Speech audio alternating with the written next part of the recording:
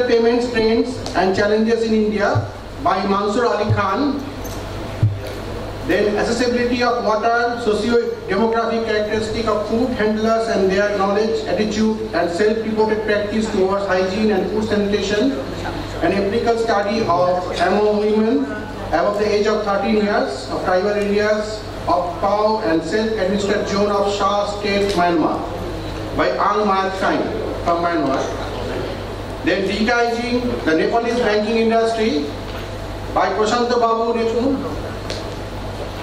An empirical analysis of microeconomic factors of deposit mobilization private commercial banks in Myanmar by Neo Ni Kum. The ethical dimension of relationship marketing by Pawan Pokral.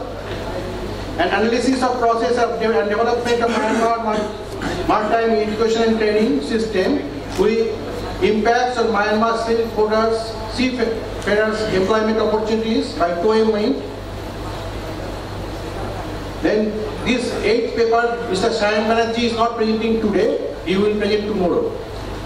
Because he just arrived, he is very tired today. Next is comparison between 4 data mining toolkits with respect to same data mining techniques by Mayat Noe Mui from Myanmar. So everybody, I think, given the slides, please give the slides.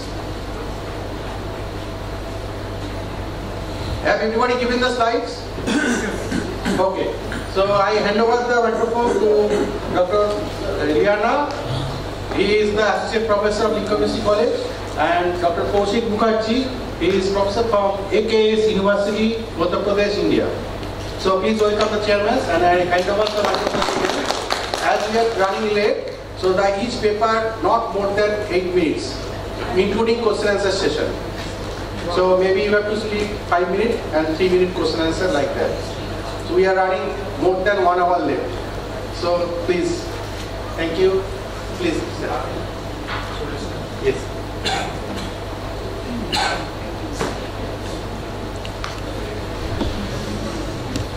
Role of artificial intelligence in transforming business into digital mode. Krishnamacharya. Yeah.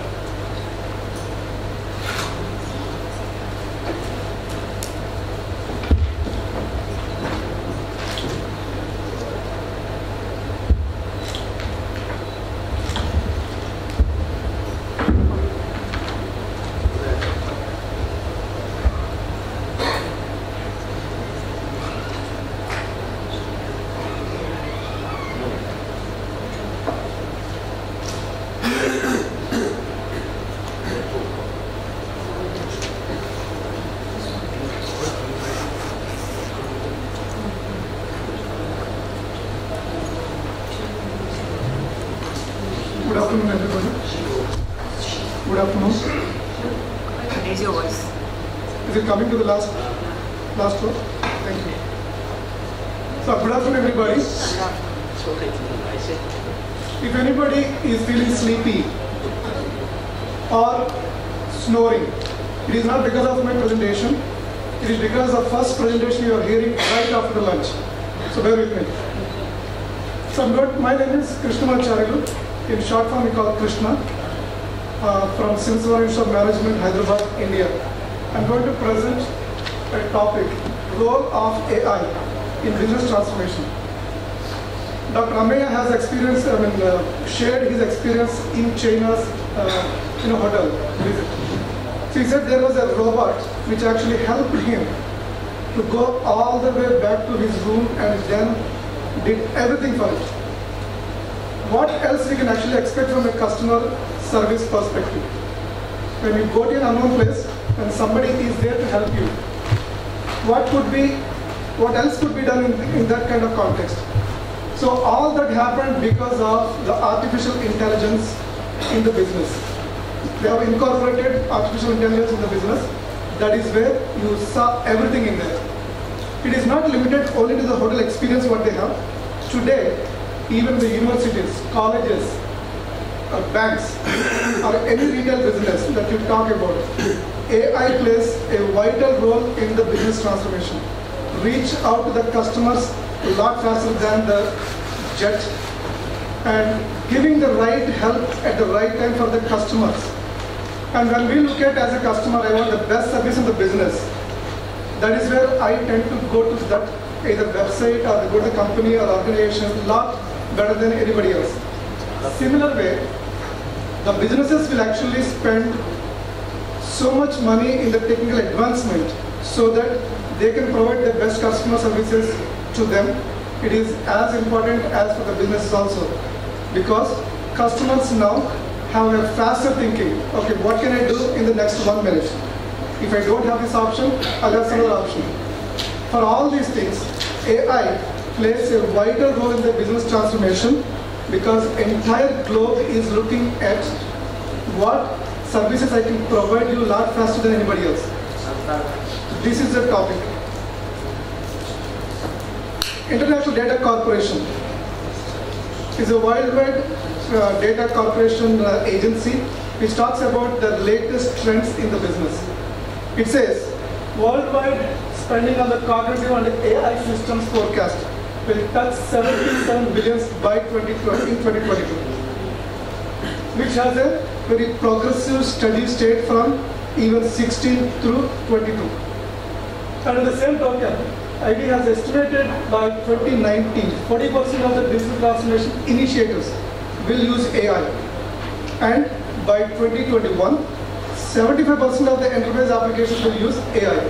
So that means by 2022, if any business is not using AI, that means they are far behind the technology or far behind the customer service or any such thing. When we talk about artificial intelligence, the very first question is what kind of benefits we get from it. If you look at the benefits from a business perspective, you see tons of benefits in there. And I picked up only 3 of them, which businesses can actually see the advantage over that. And then I'm going to share a few slides after that. The first one is customer service.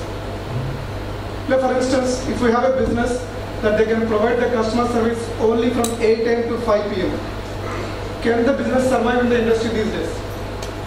Impossible. Because customers can actually think anytime they want. All of a sudden, by night, 12 o'clock, if they have a query, and if there is a person who can actually support them, help them, clarify the question, those are the businesses the customers will actually look at.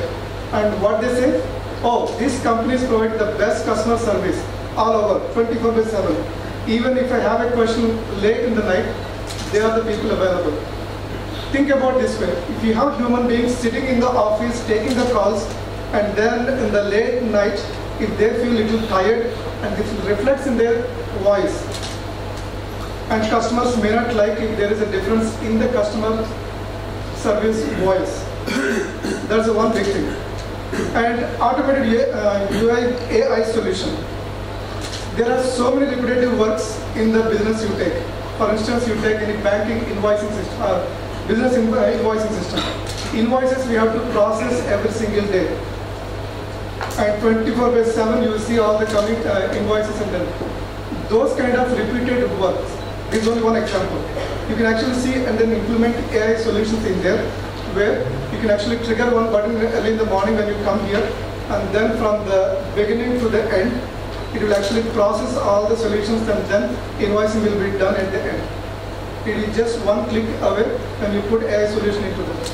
Any kind of repetitive work, where the system has to understand what you're talking about. Dr. Chari mentioned in the morning. It understands what it means to you. It understands the human language without sitting a person in there. There is a machine. But for the customer, they don't even know that there is a person or a machine sitting in there. The third one is business can focus more on the new products or strategic initiatives. When we see the business benefit by removing the manual work into an automatic process, those resources can be given at different challenging tasks, and business can actually venture out new strategic initiatives, and then new products can be produced out. So these are the 3 benefits we can actually target on looking at how my paper will be drive through. And I have submitted the paper, full paper for these concepts in detail about this. The next one is, of course, you can see, if you look at the AI in use. By 2020, 85% of the customer interactions will be handled without a human being. Gartner says that. And if you look at narrative science news, they say 80% of the business and tech leaders are saying already AI is boosting up their productivity. And which will in turn, you see the profits in there. And 83% of early AI adopters have already said that they have seen 30% and 53% in their business profits. When people look at these numbers all over, then which business can actually step back and say, no, I want to stay with the manual effort? And by Netflix saved $1 billion in 2017.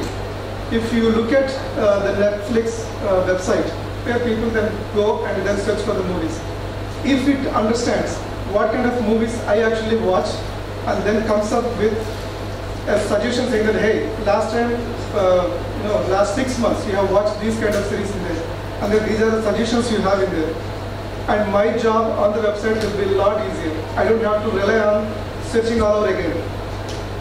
Similarly, if for instance, like a vegetarian food person for lunch, I have to go to every table and say, oh, where is my vegetarian food? Is there a way better can be demonstrated there? So all those things can be addressed if the machine knows about what preferences, what priorities I have with respect to my selection.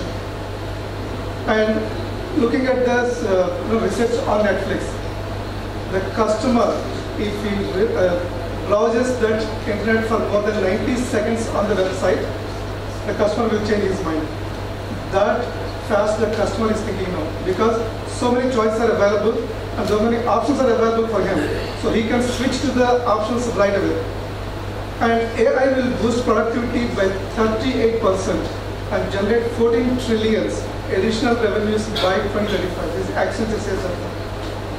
And 20% of the C-suite, corporate suite, is already using machine learning.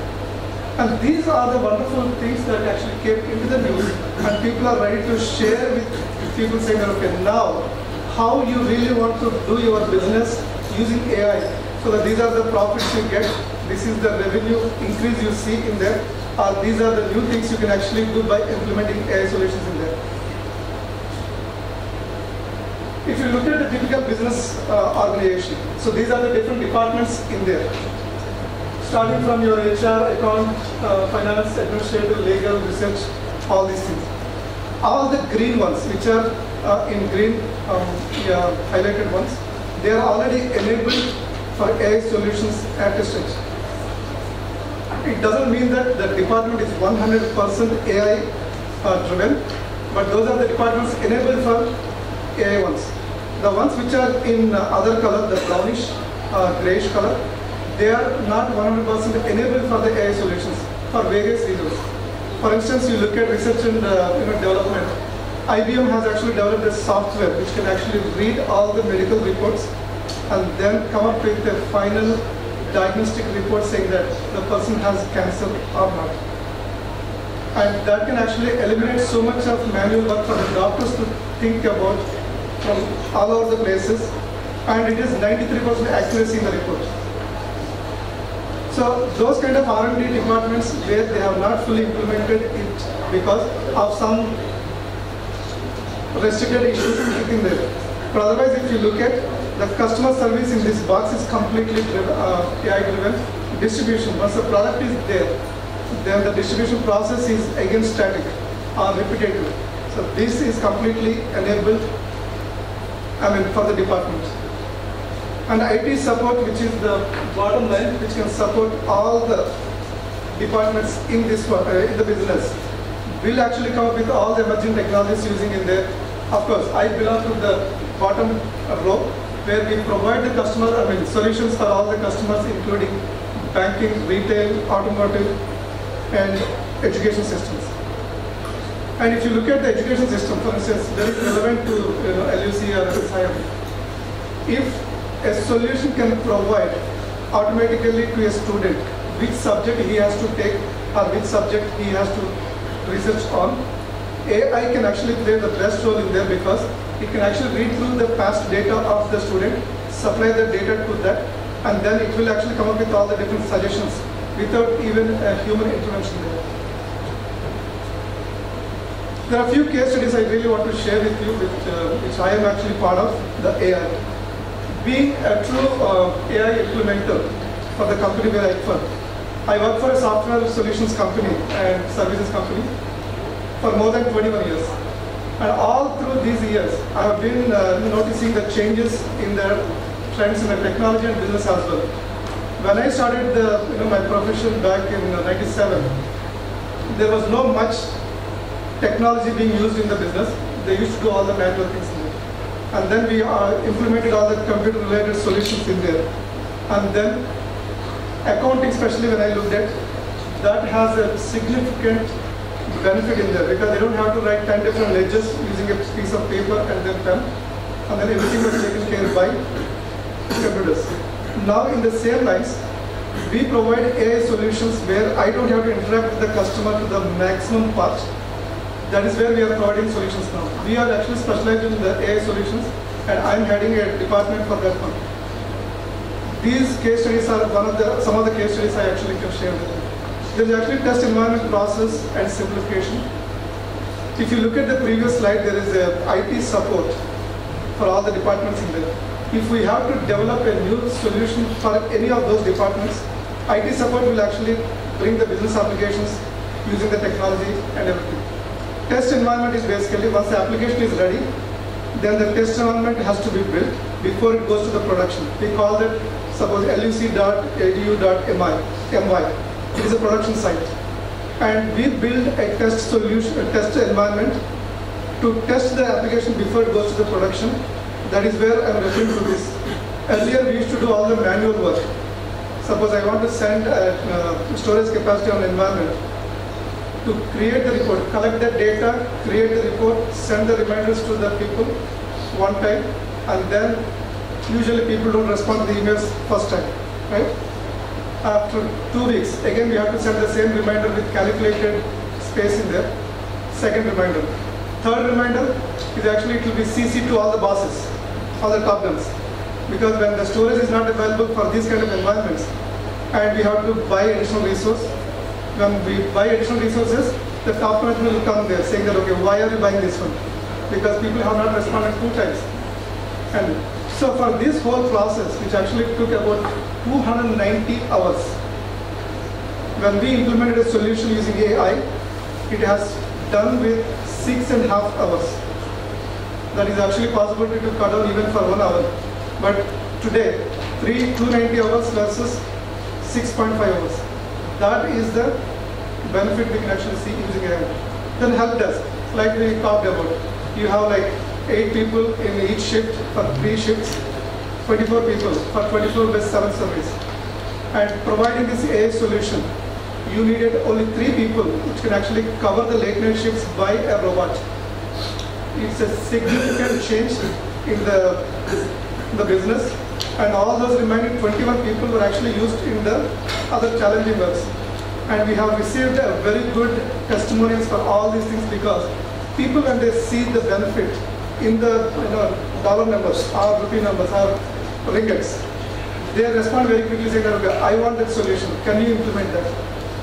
The next one is test tool recommendation for dollar savings. This is another thing which is a purely AI-based test solution. And now if you go to any of the technology companies or business companies, they test their applications using some test tools. In a traditional way, if they spend about 260 hours for the suite of testing, using this tool, it can be done only with 40 hours, and 88% of the savings they can actually see in there. And recently we have implemented this in the US. And the other one is university courses, admission process and administration. This is what actually we talked about. If a person gets the help without a human calling anybody or talking to anybody, they have to understand what they're asking and then comprehend and then reply back. This is the simplest process which actually universities are experiencing it. And for the literature review, I have been reading through all these things, books, articles, journals, interviews, talking to different people. Being the same person, AI solution person, I know what it means. 10 more? 3 more minutes, that's good enough for me. So with this is what the solutions we can actually provide, and my paper talks about the details of how the solution can be implemented and what benefits we can see in there. In the conclusion, I just want to add one thing. Many people have the fear. If technology comes in, I lose my job. Nothing to worry about. AI is going to provide 2.3 million jobs when you lose 1.8 million jobs out. So it is still adding more jobs than removing the jobs. Thank you. Any questions? Any questions of the dais?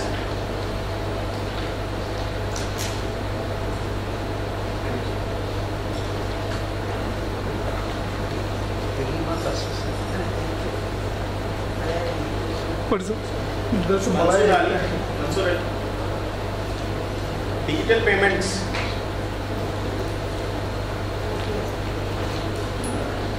Please maintain the time. So you can skip the intro type of things.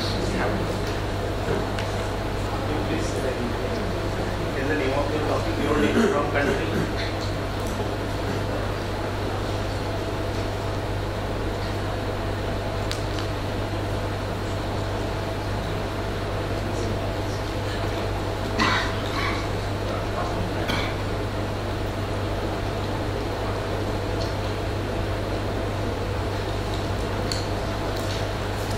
Good afternoon, everyone. Well, good afternoon, everyone. Am I audible? Yeah. So, everyone was talking about business, payments, and talked about artificial intelligence and everything. Since the inception of this event. So, how does the transactions or the payment options are available for these kinds of businesses? Because we were more about a cash economy, India. Now, how it has changed to a digital economy, to the process of the payments basically. So myself, Mansoor Ali Khan from Shivishwan Institute of Management, was the topic discussion on payments, their trends and challenges basically. So my contents in the topic will be brief regarding this. That is to introduction of digital payments. One, what are the advantages? Third, the types of digital payments, and the fourth is my conclusion regarding my study of this paper. So what is a digital payment basically? So very frequently what we have been seeing here, not only practicing and what are we analyzing here with respect to any of the concept. So what is digital payment? Skipping the cash part and making it using through an electronic payment mode. That is, instead of using cash, check or paying in person. So this can also be termed as a cashless transaction payment. So what are the advantages of these kinds of payments? It is very easy to use, customer convenience, and it improves efficiency of the payments. So the types of digital payments what we have in India, one is the PAN cards, second the net banking, third the point of sale, fourth e-wallets, fifth UPI, that is Unified Payment Interface, sixth, that is AEPS, that is Aadhaar Enabled Payment System. So Aadhaar card is a social security number in India, like what we have for US, Malaysia, whatever it is. So we'll see one by one. So what are bank cards do and what different types of cards you have basically? One is the prepaid cards. Like how did the function basically? That is preloaded from your bank account and safe to use with a limited amount. What all you have, that is just like a recharge kind of a thing. Second thing is your debit card that is linked to your bank account and used to pay your at shops and micro ATMs and for online shopping. Third is for credit card, which is given by the banks due respect to your credibility, basically. So next option what we have here is net banking electronic fund transfer. So it is widely used for transferring money from one bank to another without use of any paper money. One of the early mode of paperless transaction what we have. And the second one is the payment gateway. So it's a platform which enables online payments for e-businesses. So I've been having an idea like we have been earlier topics I was talking about bitcoins kind of a thing. So it's a basically digital currency. So how it will be if we introduce digital currency for an initial public offering? So maybe a next level research, but how it will be? So next we have a point of sale. Like a point of sale is a transaction which is computerized replacement for a cash register. So it's basically using 3 steps. One is swipe scan, input amount, and then a generated receipt. So this becomes very easy these days. Then you have e-wallets. So e-wallet is basically electronic prepaid payment system, which is mobile first used in purchasing and items on the computer as a smartphone or at a store basically. Most of the banks have their own e-wallets, or some private companies, they have their own. Like in India we have Paytm and many things, PayZapp. And next we have UPI, that is Unified Payment Interface. This UPI interface, payment interface is a system that powers multiple bank accounts to a single mobile application. Merging several bank features like seamless funding routing through merchant payments into one tool. So it provides services 24/7 and 365 days. And a recent app has been introduced by India, that is BHMI, Bharat Interface for Money, which is launched by the National Payment Corporation of India. And we have this Aadhaar-enabled payment system, which is a government initiative of Indian government, which allows bank-to-bank transactions at point of sale at micro ATMs with the help of business correspondent. So it is very prevalent in areas where there are no branches in rural areas, and most of them are not educated basically. So for them, these kind of transactions have been enabled for particular. So my conclusion regarding this is, so with respect to the internet, transactions have become very important for day-to-day activities. So even though there are cons of it, whereby some precautions have to be taken for the safety and security, like checking of digital certificates, reading the privacy policy, etc. So last but not the least, we have been talking about theoretical part, but everyone sees the quantitative things with respect to the development thing. So here what I can say, nearly within a span of 4 years, there were 33.55 crores of bank accounts have been opened in India. And apart from that, the issue of debit cards in 2008 was 8.4 crores, and it was increased to 98 crores. That is almost 1000% in India.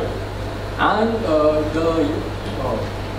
the inception of the Google Pay app, which was done 4 months prior from now, which has increased 8 times almost the payment transaction with respect to this Google app. And last but not least, in mobile banking, in 15-16 it was 40 crores, and in 17-18 it's 14,738 crores. So that's been drastic implementation of these digital payments, whereby, so the conclusion is the payments has been going technology driven. So as we people have to be more cautious regarding the payment transactions have been done and the security things. So with the digitalization, India has shifted from a cash-based economy to a cashless economy. Thank you one and all for your time and patience. Any questions? Any queries?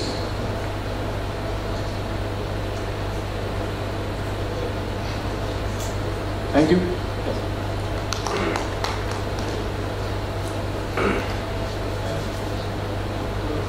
My question is that in the last 6 months, in my email ID from Amazon or from any online shopping website, they send that you have purchased any thing and you have to pay this much amount.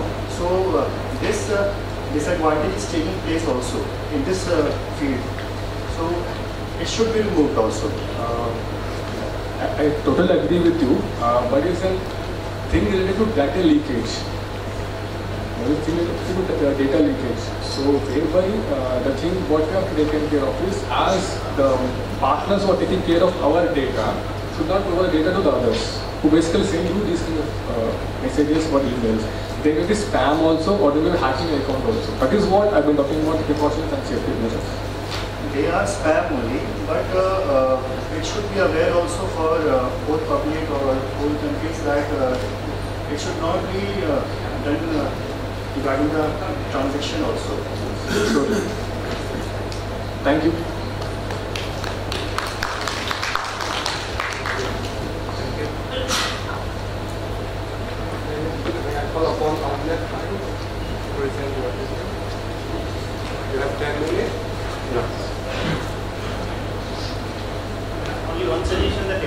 focus on your own individual findings on the topic.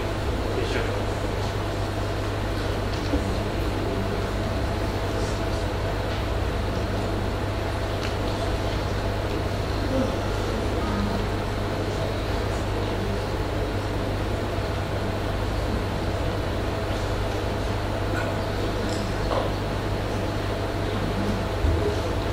Hello. Good day, everyone.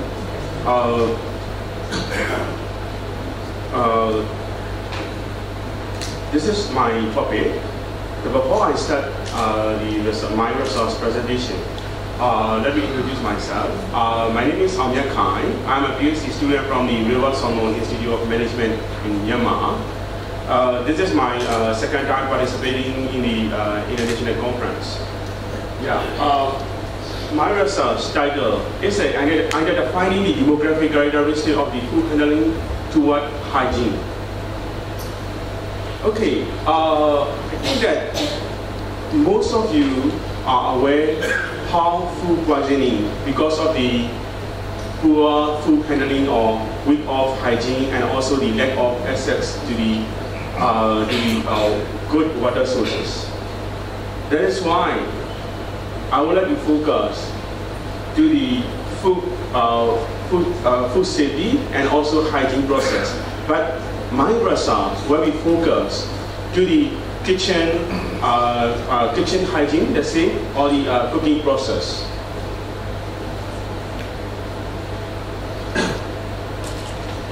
My research is starting in the last June and until August.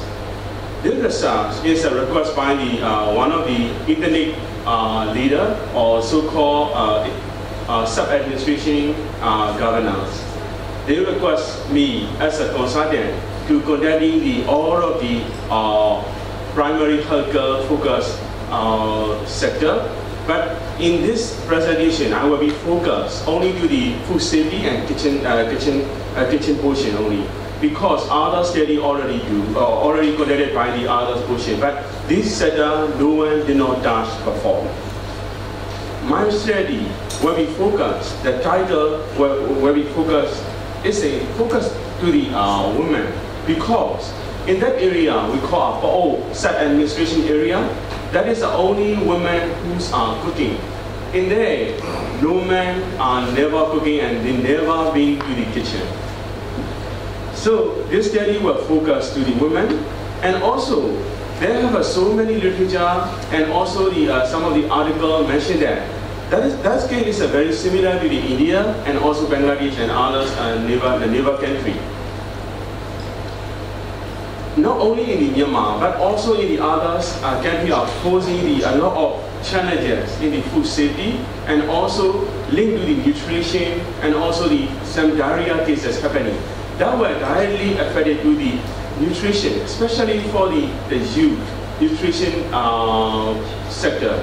That is why that study is really important for the future intervention of the development sector.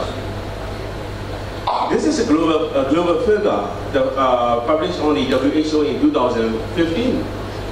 More than 600 million cases happening in 2015 because of the food safety and lack of proper handling process. And you know,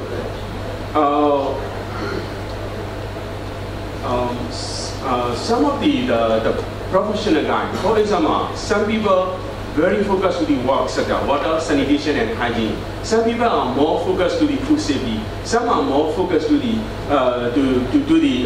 industrial protection or good agricultural practice in the SME sector.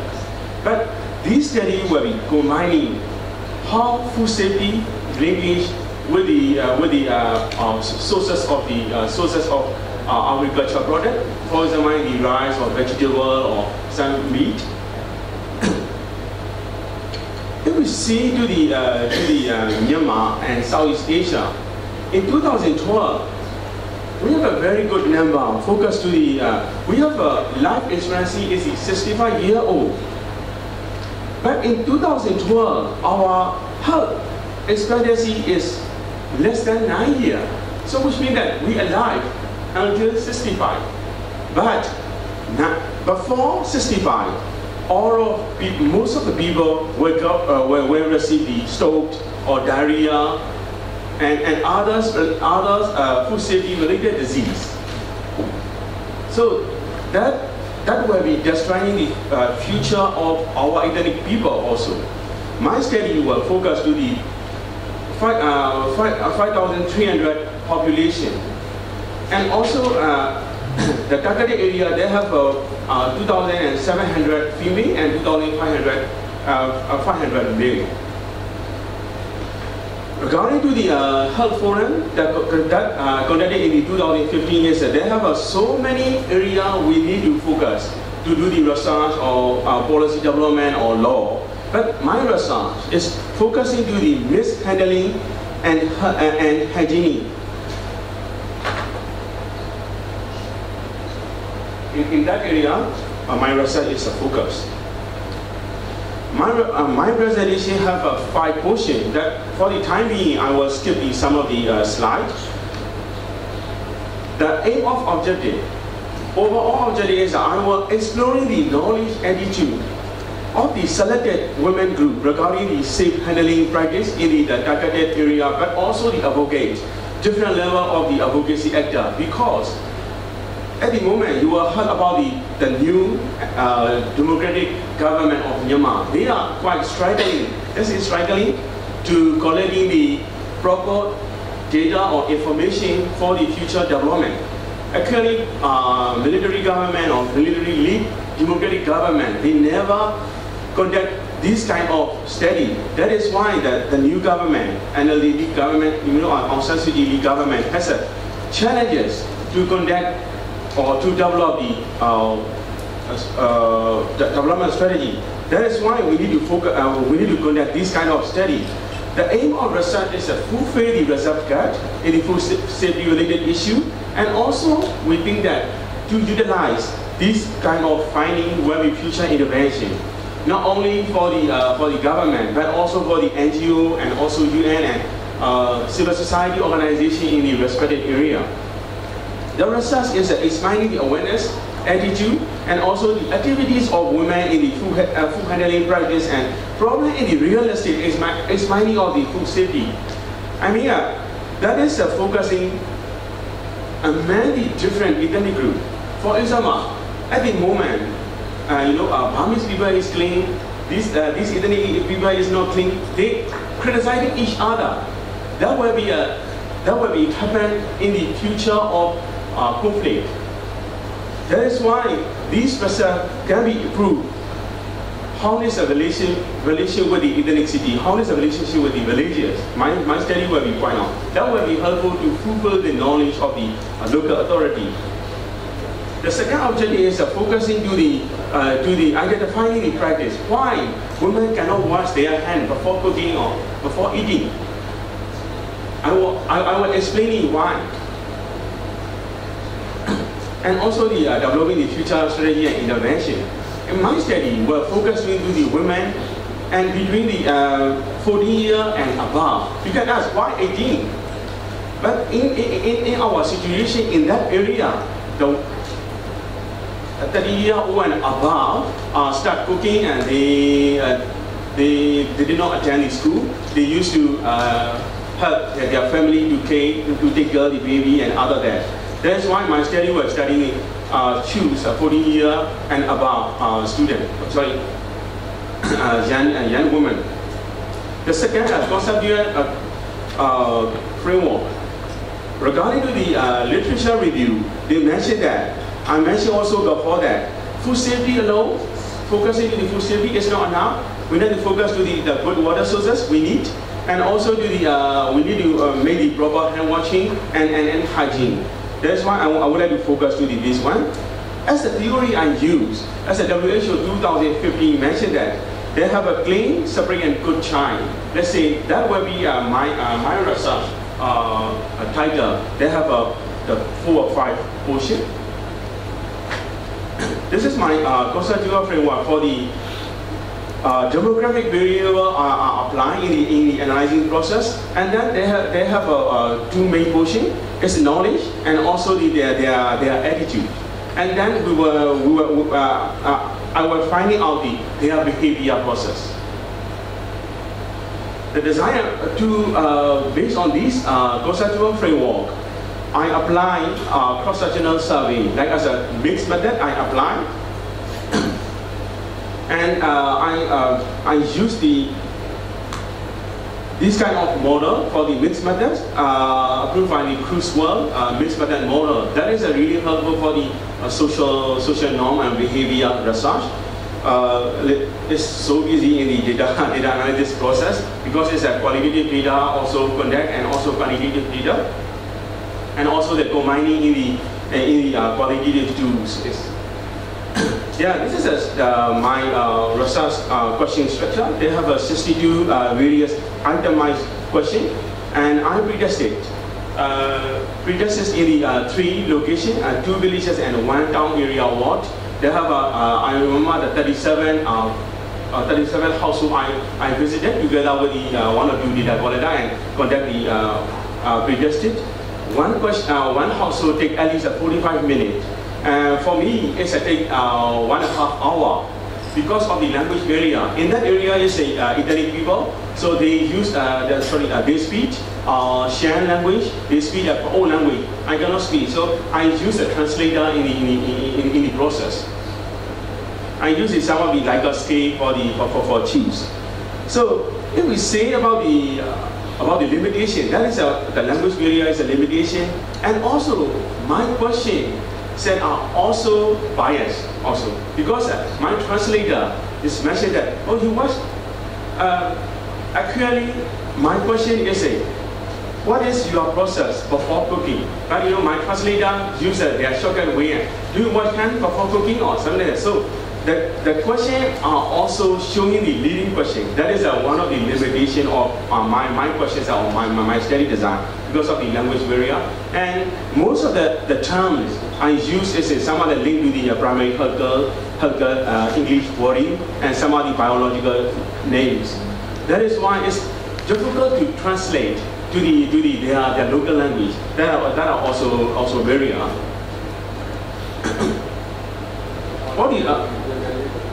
For the sampling, I use a 13 location. I use a population PBS sampling and 373 quantitative study. And I already mentioned about the women 40-year-old and above. For the data collection, I mentioned I conducted quantitative and qualitative study and 9 question cover. For the data management analysis, I use the SPSS and also the HP 2020 version. That is for the hand washing criteria. That is the international standard and theory framework. And use the statistical analysis and also FGD. This is my statistical testing. I use a Pearson chi-square test and also the some of the means frequency and percentage also I apply. And importantly, I calculate the reliable test on combat alpha for the 62 variant itemized question, and the result is quite good. I'm so happy that it's a greater than 0.772. This is my research session. In real my article, they have 8 portions I cover, but for the time being I was explaining very short to the point. This is demographic information in my finding. Regarding to this finding, most of the household, more than 65 or 68% of household taking food at home. So if they are cooking at home with the improper cooking way of not meet the standard, it's really difficult in future. And women are so busy in that area because of the lack of access to the water. So they need to go to the water source at least 2 to 3 times. Please imagine that. How many minutes they walk? 20 to 45 minutes for 3 times. It's more than 3 hours. They walk, they wait, or something like that. So they could not focus for the hand washing. This is some of the p-value calculation and other that. So regarding to this data, we cannot mention that this ethnic group is cleaner than others ethnic group. So it's the result is not much different, and they have some value. So as a last session, this is my recommendation to our stakeholder, focusing to the others. And one message I would like to give: create a food safety culture, not a safety program. Most of the government department and also the civil society organization always create a program, not a culture. They conduct only a short-term period. This is my recommendation for the future intervention of the how to implement the future strategy or how to deal with different sectors. Yeah, thank you so much for your attention. Any question regarding this topic? Any questions? This is a very important topic for all the developing countries. Huh? Okay, thank you.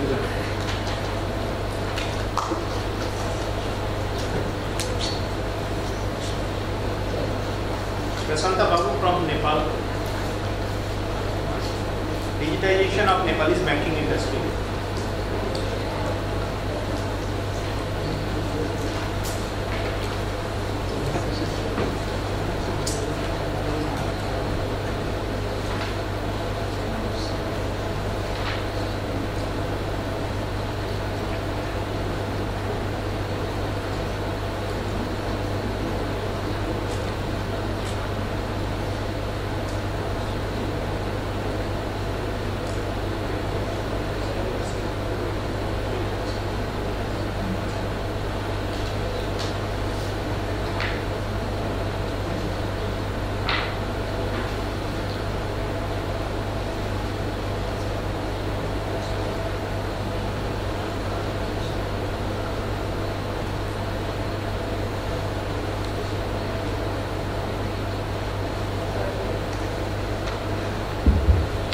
Good afternoon, everyone. Respected Chair and Co-Chair, and all the delegates present here. Namaste. I am from Nepal. My name is Prashant Babu Yogani, and I'm an MBA graduate. I'm just taking baby footsteps into article and research. So this is my second go at doing some research and putting it on paper. So I hope you will all enjoy my research work. So here goes. The article is about digitizing the Nepalese banking sector. I've studied about the past, the present, and I'm trying to explore the future of digital banking in Nepal through this research. Firstly, the article is about technology and its influence in every sector, including banking. And secondly, Nepal and her journey in the digital banking world and digital banking system and its necessity, particularly in a developing nation like Nepal. This is about the methodology, which I will skip for the time being. The objectives, the major objectives of my research is exploration of the digital journey of Nepalese banking industry and exploring the possible heading of the banking industry in the future days to come, since technology has brought up a whirlwind everywhere, not just in banking, not just in one sector of the world. From nanotechnology to everything, it's bringing a real tornado. So why is digital banking paving the way? The main question is that I'm going to present a chart which shows a cost comparison between banking channels in the United States. It's not in Nepal, it's in the United States. I could not compile the whole data of Nepal. I reached to a point where I could not absolutely make sure the data were valuable enough to add value to this article. So I just presented the chart of US, and this is me looking at the data desperately because I could not compile the data regarding Nepal.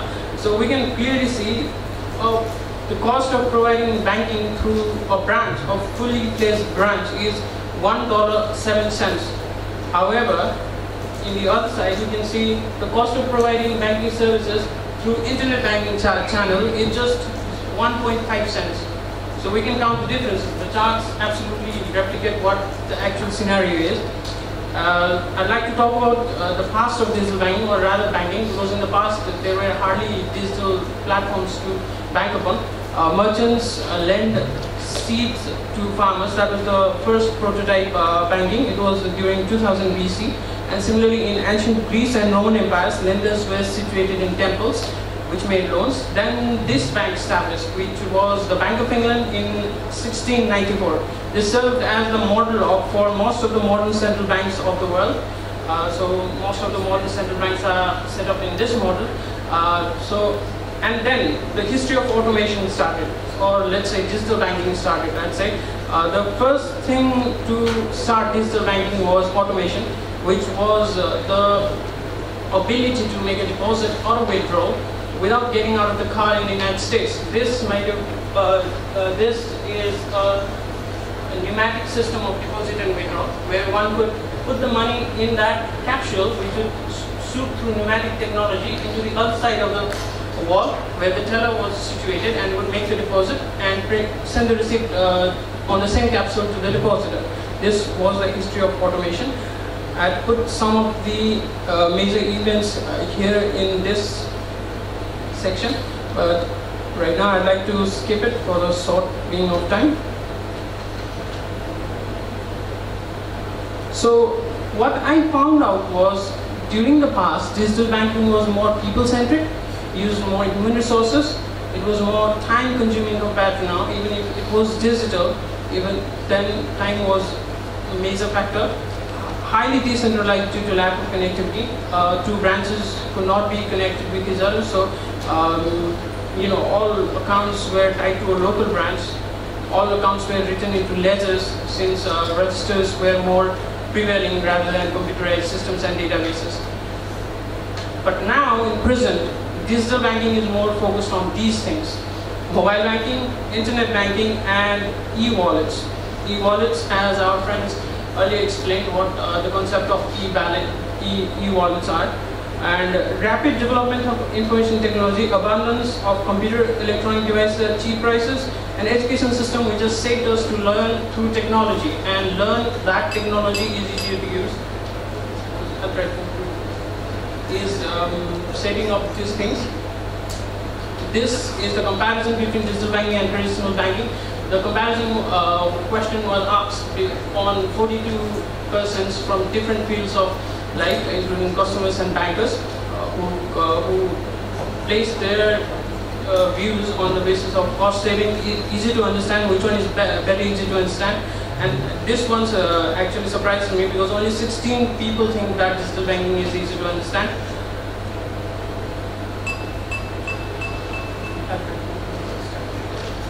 So I'll move on to the conclusion real quick. So the digital journey of Nepal has been quite hectic, because they had to deal with a traditional banking practice which had not grown much, and in present the digital technologies took up real quick. And hopefully, with all the cogs and gears working in sync with each other, we are going to experience Nepal's banking sector completely in a different dimension. So that's that. It has been a pleasure talking to you. Thank you so much.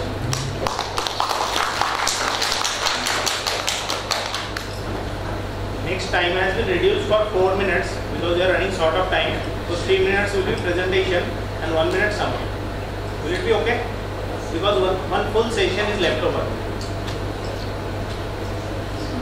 So if there are any questions, you can directly meet him in the outside anywhere, and you can ask, or you can directly contact through email. I'll put my email on the screen, and respected chair has made it easier for me. So thank you so much. Thank you so much.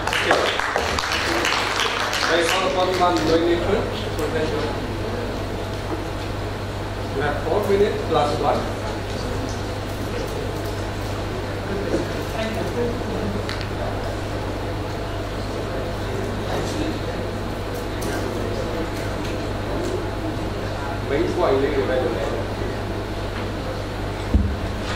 Okay, good afternoon, ladies and gentlemen. Today I would like to present on the analysis of macroeconomic factor on the proposal mobilization of private commercial bank in Myanmar.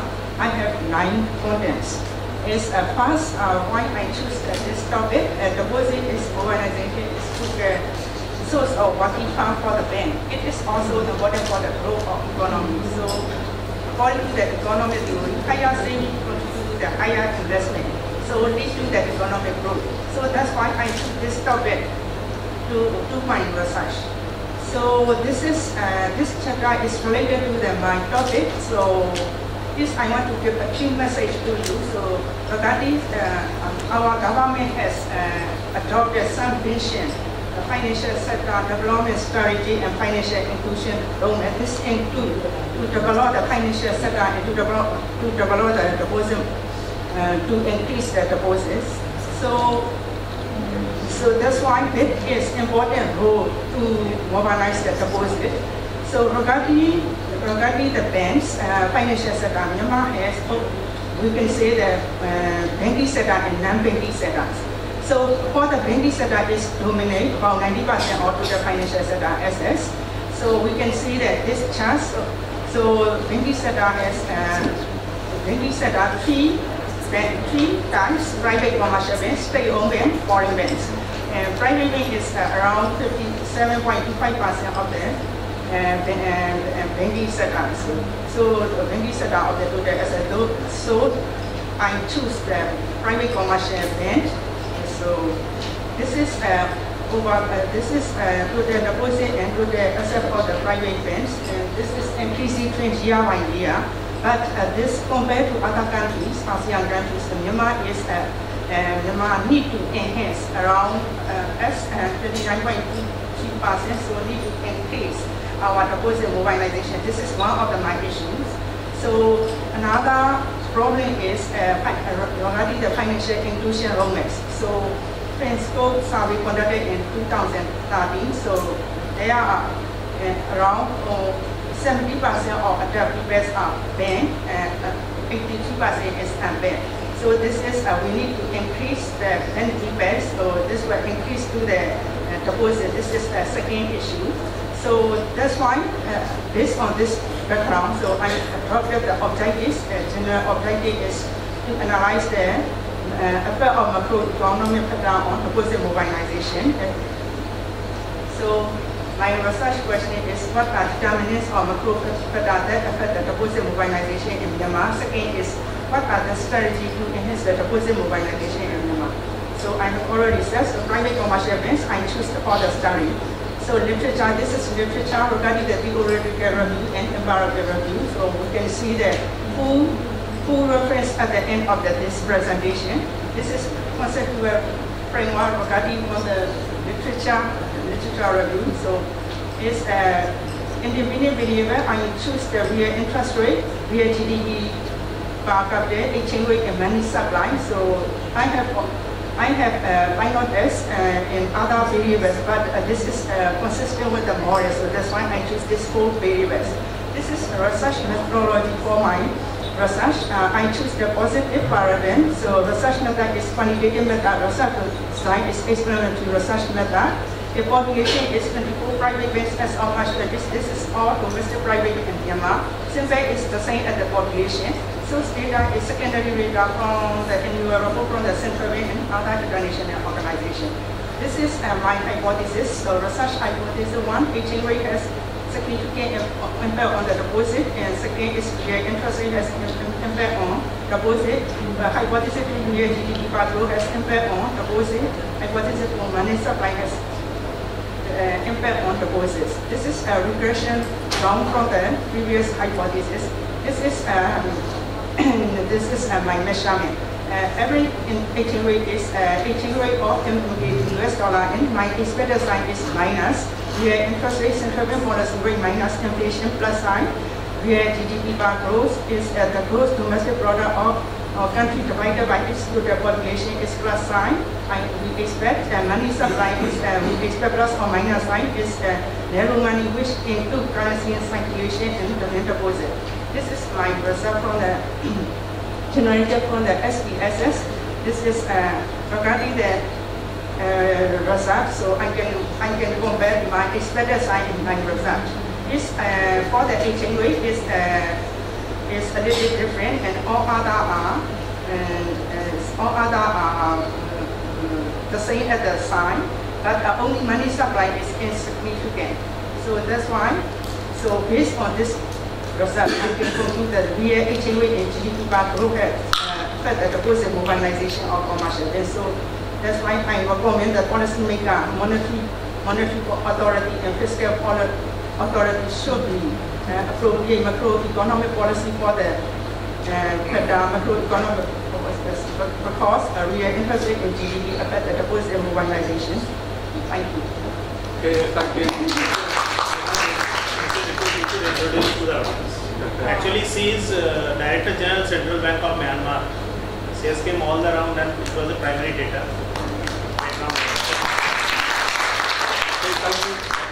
Sorry for my son, but Okay, I call upon them now to present them logo.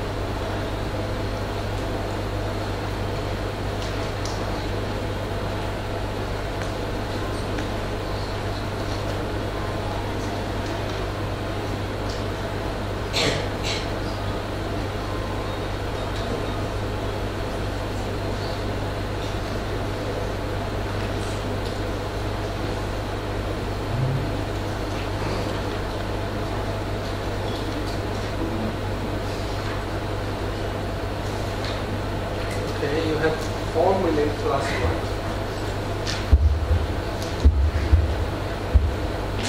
Okay. Good afternoon, ladies and gentlemen. My name is Miano from Myanmar, and today I would like to present about my research, which is a comparison between 4 data mining toolkits with respect to the same data mining techniques. First of all, today there are lots of data mining toolkits available in marketplace, and among them we have to choose the best one for the data mining purpose, and the choose of the selection is not an easy task. So the objective of this research is to study and compare the 4 data mining toolkits there, Orange, Uyghur, Redtail, and RabbitMiner. Based on the comparison criteria, I choose 2. The first one is mean execution time, and the second one is mean RAM memory consumption. And after that, we will select the best toolkit among them based on the mathematical analysis.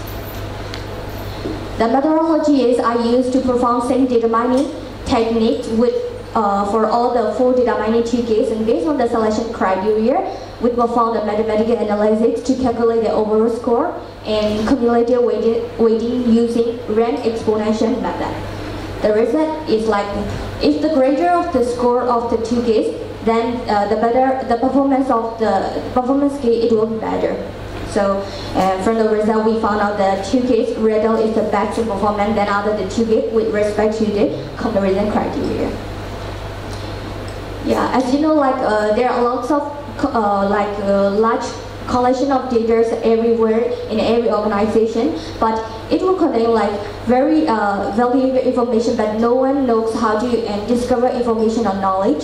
So we have to cope the rapidly growing values of data by using the latest tools and techniques. So it can be the decision maker can take the proper decision after extracting the useful information from a huge amount of data from data sets.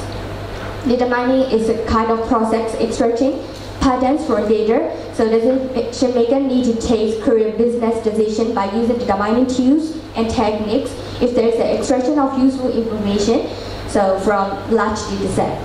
Nowadays also modern business data mining tools can give the information at edges and essential too, because it can convert the raw data from enterprise to a meaningful information for business intelligence. So in real world, also data mining is very useful, especially to study and analyze the marketing to process the knowledge of scientific discovery, and also for threat detection also.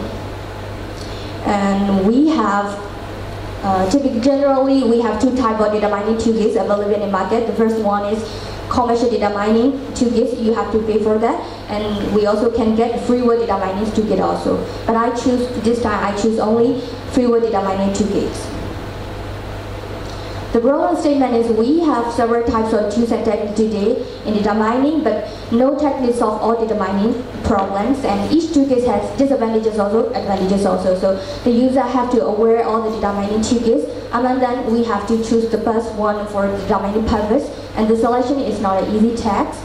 And also data mining user cannot really rely on the commercial project, so the selection of the tools must be based on the, it might be easy to use, or it can provide acceptable accuracy, or it can able to perform all the data mining techniques or not.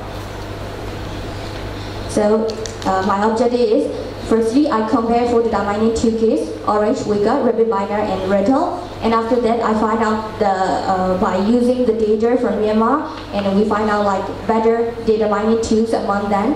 And by terms of mean execution time and mean RAM memory usage. Scope is limited. Let me skip. Okay. This is the user interface of Orange and Weka, RapidMiner, and Rattle. Okay. So the proposed methodology is, firstly, we select the data from the data mining purpose from these 4 tools, and we perform 2 data mining techniques with association rules and k-mean cluster. So after that, we select the comparison criteria or metrics on comparison between 4 toolkits, and also we calculate the comparison criteria. Firstly, we calculate the implementation time for each toolkit by using experimenting 15 experimental tags, and after that we calculate the execution time, and we calculate the mean execution time. And after that, by using rank exponential method, and we calculate which one is the highest score, or which one will be the best in the 2. The data from Myanmar will be used in this performing tags to compare these data mining tools.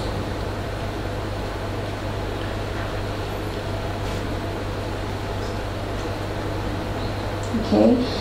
For assigning the rate of the toolkits, we use 1, 2, 3, 4 assigning manually for each criteria, and 4 will be the very excellent for the given criteria, and 3, 2, 1 it will be the like good, lack, suitable, least suitable respectively. And after calculating by using ranking method and by using assigning ranking, and we use this equation for calculation the weight, and after that we calculate the score. And this is the mean result by using the association rule, and after that we use k-mean clustering experiment for 15 times. This is the mean, and after that we calculate the mean result. So finally we got this one, and you can see like there's a sum 1, 0.60, 0.668, 1, and 0.532 for this result. So in designing the order score, it's like Rattle, Orange, Weka, and RapidMiner were found to be like that respectively. So for calculation, we conclude the toolkit Rattle is the superior data mining toolkit than other mining tools, because of its higher score. And however, the RapidMiner is the least superior than the other due to its least score of 0.532. The priority of the best data mining tool is it should be like Rattle, Orange, Weka, and RapidMiner. Yeah. And for this study, we choose only 2 data mining techniques, and for furthermore study, we can do some more by using data mining techniques. Thank you. Any questions? Questions on email only.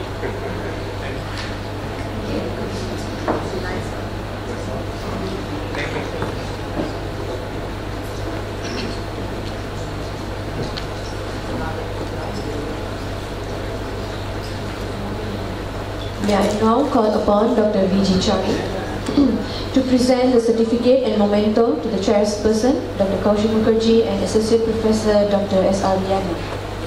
Please welcome.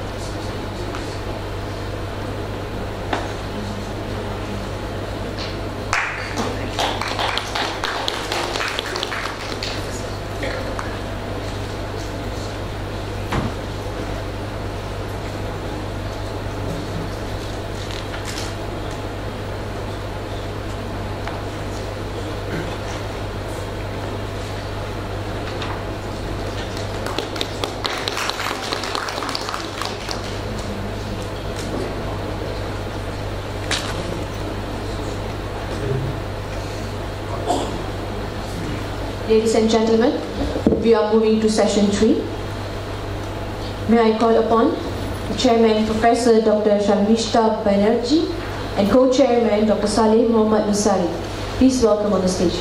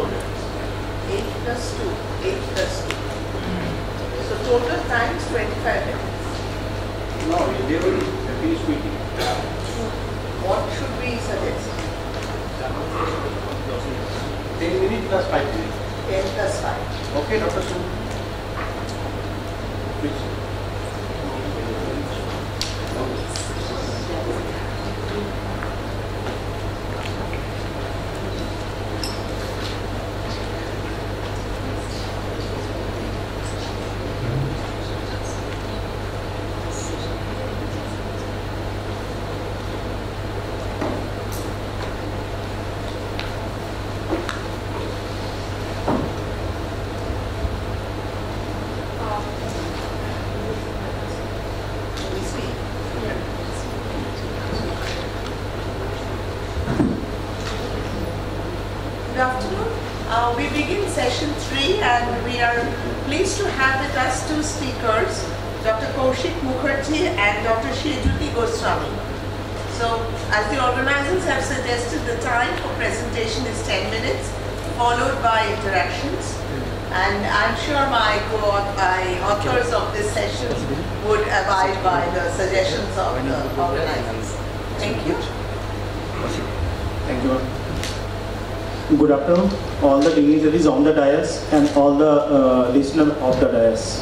I am Dr. Kaushik Mukherjee. Basically, I was a defense person since last 6 years. I am in academics, so I have got certain experiences and my knowledge. So I am not presenting in PPT because time is running short. There is no much time. My topic is the growing importance of strategic human resource management, a global perspective. So it is a combination of basically 3 concepts. Human resource management, how is it global, and how it can be strategic. So basically, as we know, that strategy is something that we are aligning the whole organization. Each and every process, every sub-process, every mission, vision, everything is aligned. Earlier, it was this HR, it was, you can say, a type of byproduct. But nowadays, especially in the developing countries, it is playing major role, not in only the developing countries, in almost all types of countries. So we need and we are making HR international. International means the recruitment policies are as per the international levels. The staffing is as per the international things. We are aligning the mission, vision along with the HR. The HR activities will work as per the goals of the organization. And apart from that, almost in the last session we have spoken that we are using many datas for mining and finding out the results. In the same case, here also we will be in HR to make it much more global and strategic. We need to use 2 things, and we are using, most of the organizations in the world and in India also they are using, that is HR data mining or HR analytics and HR metrics. And that too has got 2 divisions. One is qualitative, another is quantitative. Qualitative, as you know, it is subjective, or you can say by means of experience or subjectivism. And quantitative means with the help of various statistical data, we'll be finding out the various scales and parameters of HR.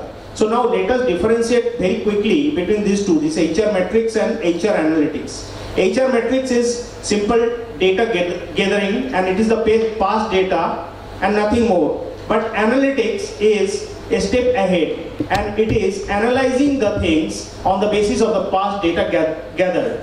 So, as we know, now we are not talking of local recruitment and all those things. We are talking of expatriates. We are talking of third world recruitment. We are talking of host country recruitment.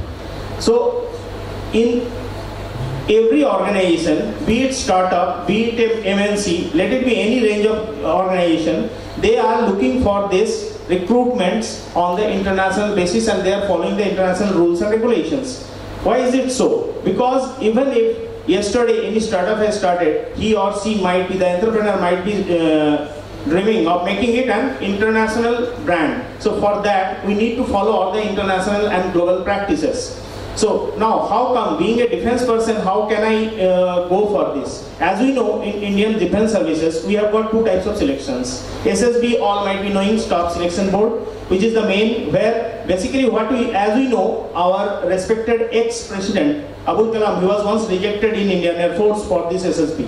He was quite talented, but how come he was not fitted for that Indian Air Force? That is the thing. Because the organization, the defense services, they require certain parameters in every human being. You must be rough and tough enough. You must be average intelligent, not very good intelligent. You must be an innovator, and you must be able to take quick and right decision in time. So they will measure each and every parameters of a human being while recruiting on that basis, and more than that, they very much see how much psychologically balanced that person is.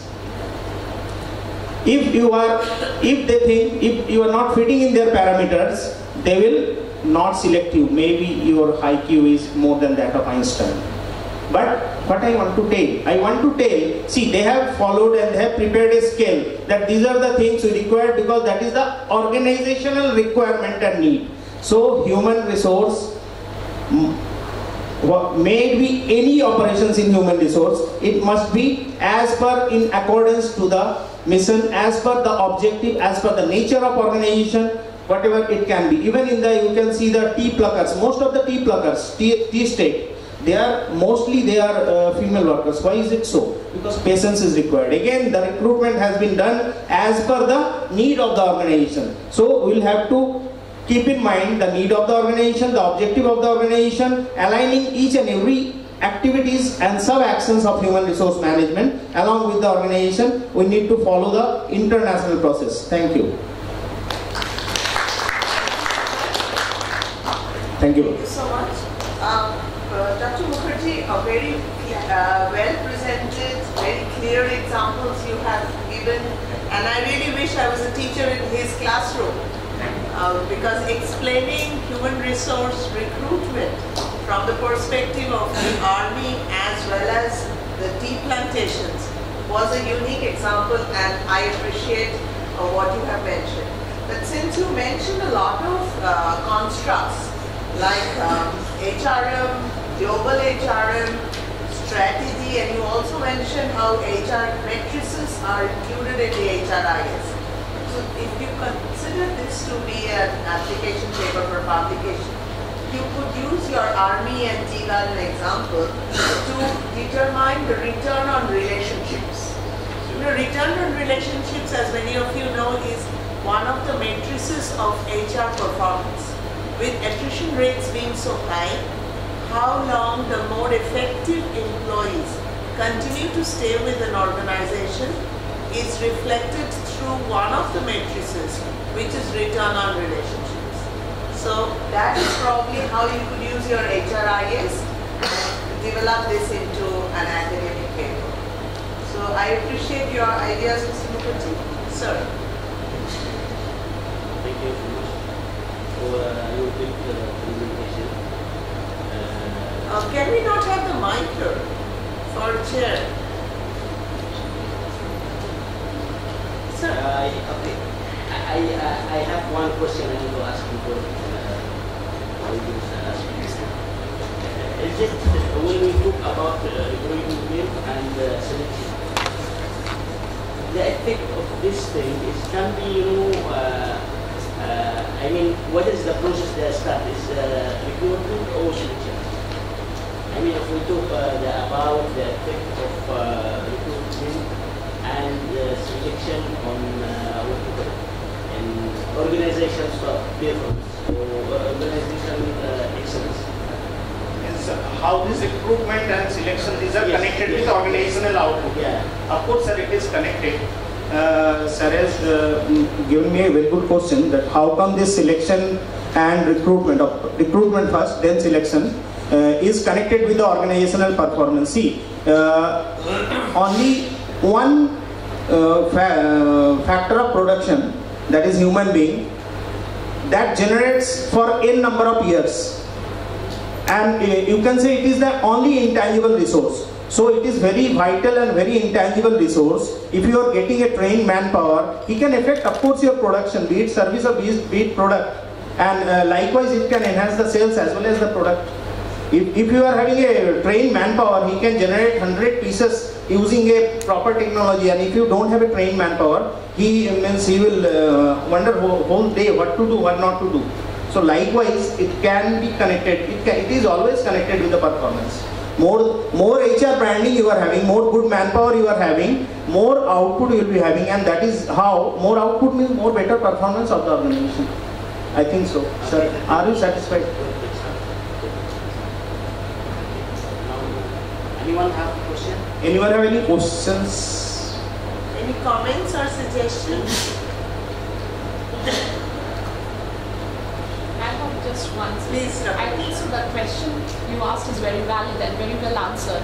And I think something like person job fit plays a very important role, because if the right person is selected for the right job, at the end of the day, the wastage quotient is going to be less. So ultimately it's going to lead to more bottom line, more productivity. Ma'am, actually, organization-wise competency mapping is required. If you go to if a postdoc goes to a call center and he and she may be misfit in that particular organization, a particular thing, that competency is of pronunciation and only very good in spoken English will do in that organization. So that competency mapping has to be done. Competency mapping first, then matching with your organization, and as per the need, you fit the manpower in your organization. That's very much true.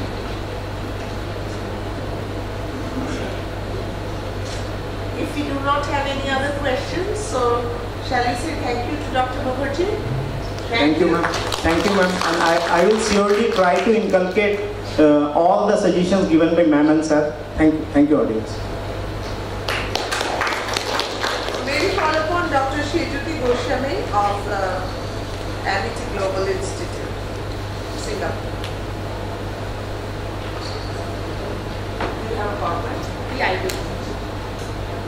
But since we're running short of time, take your time.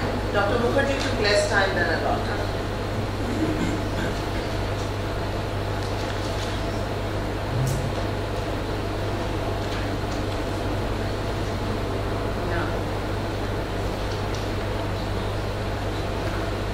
Okay, before I start, good afternoon to the eminent dignitaries as well as the people on the sitting over there, eminent speakers. A very good afternoon. I do understand after lunchtime it's time to just doze off, but I'll try my level best so that you remain awake. With this, I start my presentation, and the presentation is going to be on managing diversity in the workplace. The study I have done is empirical work. It has been based on HCL, Hindustan Computer Limited, which is based in Noida, Delhi. But the study which I've tried to do, I've tried to do a comparison between Asia, focusing mostly on Singapore and also parts of US. And I've tried to do a comparison like how managing diversity affects the organizational performance. So basically the objective of my study is 3 points, basically. First, when we talk of diversity, actually, when the whole world, there's so much of evil things happening, so much of problems occurring, there are 4 types of cues which dominate in today's world. One obviously is IQ, which is intellectual quotient. The second is emotional quotient, which is also a very important topic of today, because how good we can be in the midst of crisis, how well we can empathize with our co-workers, that's very important, because the very word diversity, according to me, is the art of thinking independently but together. That's very important. so you see, when you work in a team, it's important that you should be good as an individual. How effective are you? But at the same time, it's also important like how you manage the team. And the third Q, the paper of today focuses on the third Q, that's nothing but CQ, which I term it as cultural quotient, managing diversity in the workplace. And the fourth is spiritual quotient. That's also very important, but we are not going to talk much about that because of shortage of time. I'd like to focus basically on the third Q, that's CQ, cultural quotient. So with this, I start my presentation. Yeah. Now, the very first thing what I've tried to do, first let me tell the procedure I have done for the study, the methodology which I have followed. My sample size was 100, which was divided like 50 was for the Asians and 50 for the US part, focused on the HCL employees. And I've tried to find out like how this particular managing diversity actually affects the performance. This is one part. Number two, how effective, how culture is conducive to supporting diversity at the workplace. And point number three, like what are the measures the organization has taken, organization over here, I mean HCL, and also as a researcher and also having experience of more than 15 years both in industry as well as in academic, like what can be my contribution as a researcher in this respect. So, whenever we talk of diversity, the first thing that strikes us, like suppose, let me cite my own example. Right now I'm in Singapore. I am in Amity Global Singapore and looking after the University of London. I'm the program leader for them. So in a classroom, there are diverse students, like some from Indonesia, some from Malaysia, some are Singaporeans, even we have European students. There are students from France. So at a point of time, being a tutor, like what methodology to follow? How do you manage the diversity? It's always a very difficult thing for all of us. So attempting this thing and how to manage it is really a challenge today. Okay. So basically, if I focus my study for the HCL, which I've done, the way the paradigm they follow generally. First, recognize that's the awareness. Respect, reconcile, realize. That's the way it functions like. First, the very basic thing we have to understand, to respect the individual difference. I'll give an example because HCL has locations in 34 countries all over the world. So I'll just cite the example of one of my friends working for HCL. That guy had 3 girls working under him. So one happened to be an American, one was an Indian, and the third lady happened to be Spanish. So it was a brilliant performance. So my friend who happened to be the HR VP said, wonderful performance girls, and made a sign V. So V in India means what? We say victory, it's a great performance. So it's the same in US, it was great performance. And do you know what was the consequence? My poor friend who happened to be in such a senior position working for HR, he was dragged to jail for that because V in Spanish means calling a prostitute. So here lies the importance of managing diversity and understanding the cross-cultural communication. So nowadays it has become mandatory for all the multinational companies like training on cross-cultural communication, which is very important. So first we have to recognize, yes, there is an individual difference. Number two, we have to appreciate yes, the difference exists. And so if I'm the team leader, what should be my way ahead to motivate my team members? And at the end of the day, how do I go about doing it? There are different perspectives to culture as per my study, which I've done in context to HCL. They are gender related because you see, there are diversity in different aspects. Generation wise, Generation X, Generation Y, Generation Z, right? As HR, we are all HR people. Like on the dais, mom is a HR person, I'm an HR person. Many of you sitting are also HR person. You know how difficult it is to motivate the people from different generations. Generation X, if you interact with, they are very experienced. But at the same time, they feel that, oh my God, technology, oh no, it's a no for me, oh my God, I really fear technology. If you go to Generation Y, they think we are tech savvy. I'm also Generation Y, we think we are tech savvy people. We have moved across the globe, we know well. But at the end of the day, and if we go to Generation Z, that's my son, that's that particular age. If we go to, it's an internet generation. Even like, you know, when I travel in Singapore, I see all the youngsters just hooked into the handphone, mobile. They don't have time for social interaction, right?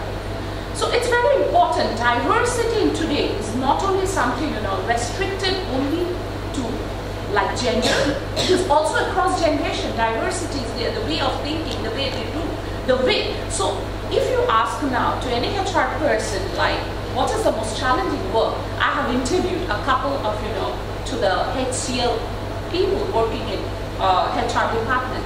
They say the most challenging work of today is retaining the talent resources, because the thing is that, you know, there are diversity. When it's generation with generation, with gender, it can be country specific, it can be profession, it can be the relationship also, right? So diversity, what to expect? Suppose you are having an American colleague. I've done interviews of a lot of like people from different cultures. So a person doing well, you tell Asian guy, you pat on the shoulder and say, wow, what a performance it was. The person feels, oh my God, gets charged up, becomes very motivated to perform. But the same thing, when you do for an American, it's okay, it's fine, but what's there? What's like, do I get a hike for that? So you know the mentality barriers, the diversity. So if I'm an Indian national and if I'm heading one of the organizations and when my colleagues happen to be, which I am also at present in Singapore, and where my colleagues, some are Americans, some are Europeans, some are Russians, some are Indians, some are Singaporeans, it's very important for me as a HR person to first understand the psychology, to understand what is the expectation. So if I try to do that, so my first job is clear, and so then I can motivate my people, and if I can motivate my people, obviously it leads to a better performance. I will now go to your study. Yeah, I will just go.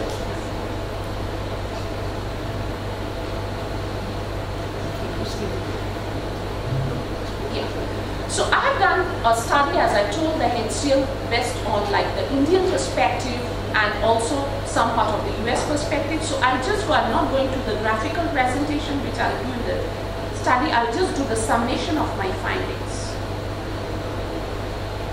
You see the perception, even I'd like to focus on this point in my study, like which I found, even in diversity issue, managing diversity in the workplace, perception also plays a very important role. There are a lot of other psychological constructs which really play a very important role in managing diversity, and one important is also perception. Because you see it varies from culture to culture. For Indian, for example, they take time to open up. For American, they're pretty fast in doing that. So it's very important to respect the individual difference.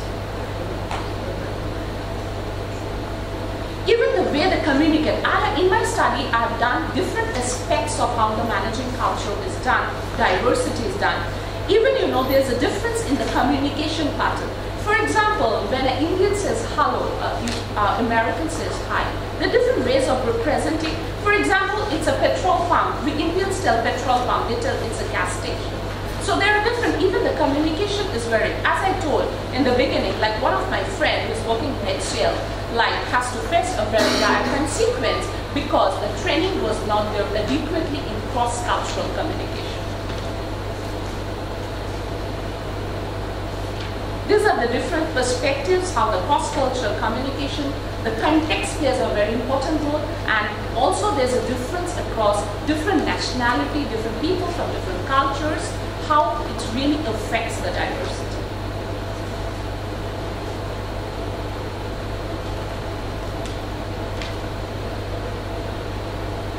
Now, if we focus on the different culture, as culture also happens to be the important construct in my study, how culture affects the performance, the culture from different diverse perspectives. You see, the the priority to American, when we have done, I've done like the methodology which I basically followed was a random stratification sampling technique, and it was based on 100 sample size with like the questionnaire, and the statistical analysis done was regression analysis and correlation to find out the cause and effect relationship, how culture and how diversity affects the performance, and it was a cross-cultural study. So basically when I try to focus on the culture, like according to American, what findings I found out was that to American the fact was more important. To Indian, you know, the more important was the hurry.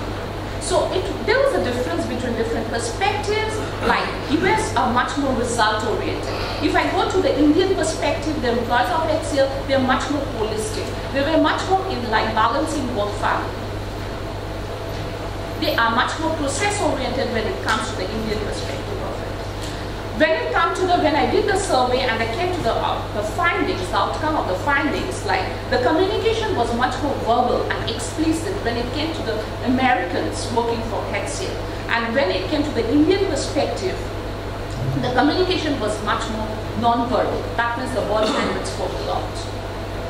So these are some of the findings which I have tried to just put in form of the slides.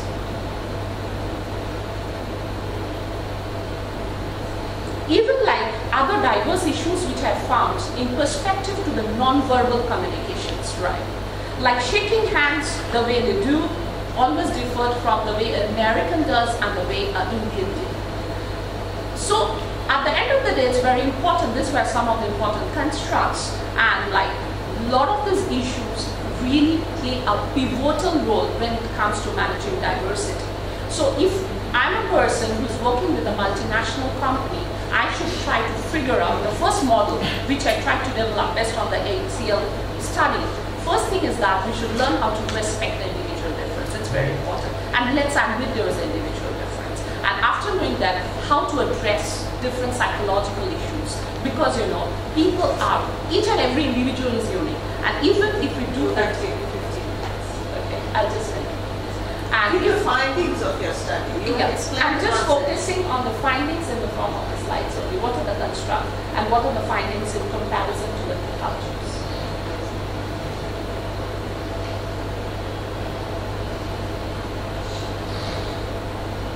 I'll come to the last part. Yeah. This is very also important, like, you know, the way like the hierarchical system happens, like in context to HCL, the US chapter and the India chapter, egalitarian principle, the US part was that they followed somewhere like egalitarian principle, where the discrimination, you know, they were given, they were asked for information, they were empowerment was there, communication was there, even in the informal channels, but when it came to the Indian perspective, it was more of autocratic type. So far as HCL is concerned, they were like answering questions, the listening skill was very poor, and it was also giving instructions rather than being, you know, like a sort of listener and trying to understand or empower people. So the basic structure of HCL differed when it came to the two perspectives, two different cultures.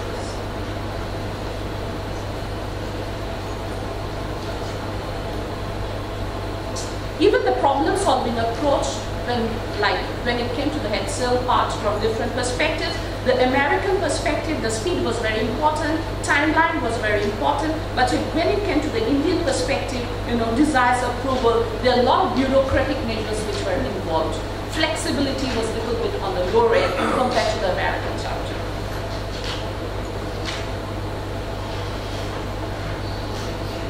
Obviously, like, there are differences, the way like both the culture, the same organization, but the way because of the culture, because of the people involved from different diverse backgrounds, the way of the functioning was quite different and it affected the organizational performance. Even the conflict resolution styles were different, like when it came to the American style of doing, it was more of, you know, more of a collaborative style. When it came to the Indian, they followed different perspectives, but the more was on compromise style and accommodation style. When it came to the HCL part of US, the more part was on facts and outcome. It was much more outcome driven, but the Indian perspective of HCL was much more empathizing with the people and trying to find out. Yeah. Now the thing is that in context to HCL, much said and done, like I tried to highlight the different perspective, the diverse culture of the two organizations. Now the time comes how it really affects the performance. So far as HCL is concerned, the findings are the more the organization embraces diversity, the better the work productivity. Said and done. But the important factor which acts as an intervening variable over here is that how well the diversity is managed. If the diversity is managed, which is done in HCL, the productivity is obviously on a better end. It's on a positive note. But this is over here, the independent variable happens to be like how this particular, the diversity actually affects, the DV becomes over here the productivity. But the buffering factor is that how like the managing diversity was actually, managed properly. So, some diversity, some of the good measures which are already taken by HCL in this regard is that some initiatives HCL follows like Ascent, which is representation of the women in senior positions. Some other measures which they follow like Stepping Stones, mentoring to enhance the career aspirations of the women, giving them flexible timing so that they can really balance work and family. Other like Blogger is again another initiative taken by HCL, a platform where gender neutral policies are discussed, and another important initiative taken by HCL is Fem Inspiration, where the female leaders are actually invited and to speak about their motivational success stories. So these are some of the initiatives for managing diversity, which is already being taken by HCL. And HCL like is such a company, which multinational company, which actually tries to over the managing diversity, as I told initially, like plays an intervening variable, but since it is managed properly, the diversity issues are addressed properly, the thing is that the end productivity happens to be very positive.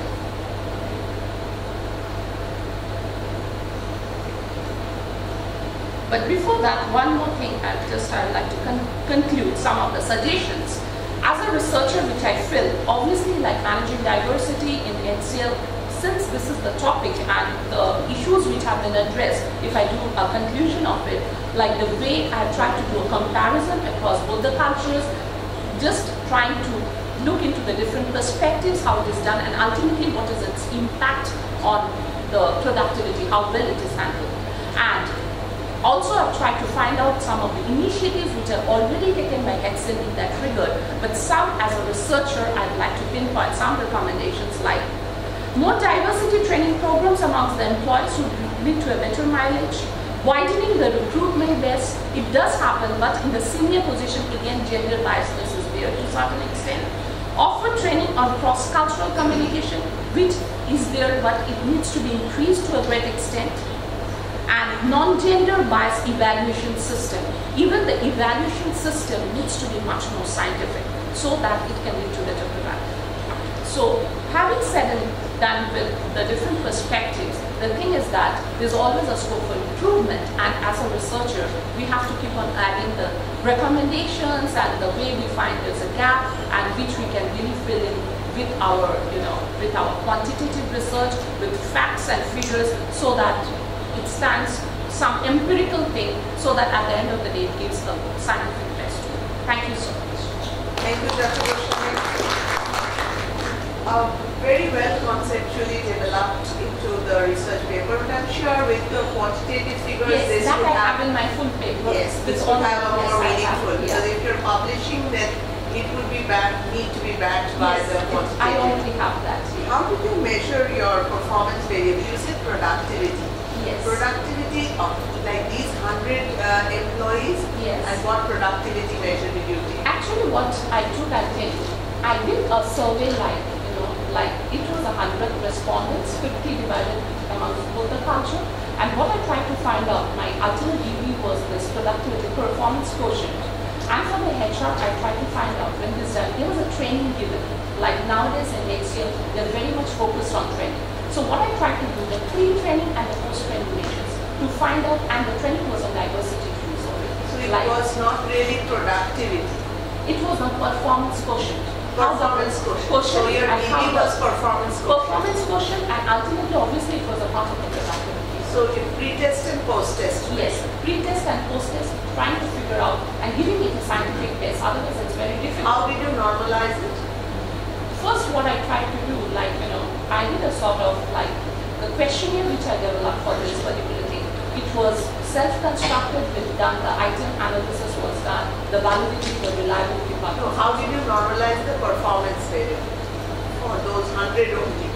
Yeah, I have applied the stratified random sampling technique. I've applied that technique, stratified random sampling. So that, otherwise it's very difficult, but because of the paucity of time, I had to restrict to 100. Like I'm sure when you publish it, you will refine it. Yes, I'll do that. Okay, thank you. Okay. Thank you very much. And also you had us with you. Thank you. Which is the culture. Yes. The culture has a positive effect on the performance and also exerts of organization. So you have Thank you. Thank you. Any questions or comments from the audience, please? Yes, please, Dr. Mukherjee. Yes, madam. We'll let you after Dr. Mukherjee. It was a nice paper, but only one small suggestion maybe I'm giving. While analyzing this organization culture, because it is somehow connected with the national culture, we must try to use this octopus profiling. Right. Octopus profiling by Dr. Uday Parikh and Dr. T.V. Rao, so that it will be much more pinpointing, analyzing the organization. That will give you more. Thank you. Thank you for your suggestion. Thank you. Madam, I just want to know the profile of the respondents, because you said 100 respondents you had. Yeah. So what was the profile? Yeah, profile of the respondents, like from India as well as there was a parity between the respondents, like the profile, the demographic profile. So mostly I choose people from the mid-management level and from the senior management level, because the junior level people, they don't have much say on that. So people who will have a hand in the policy making also. So that makes sense. So generally I selected my people based on the working experience of 15 plus years. And it was also people from, not only it was restricted to male gender, but also I had from female gender also. So that, at the end of the day, I do not get a biased data. So I tried to focus on that perspective. And so far as demographic other variables are concerned, one was the age, one was the educational qualification, and also the departments. Because like if I try to focus my data and because it's a cross-cultural study, I needed to be much more careful in this perspective. Because if I choose for example from India people from the junior position and from US people from the mid-level, the parity will not be here. So I try to bring a parity so far as demographic variables. Okay. Mostly people from the mid and senior.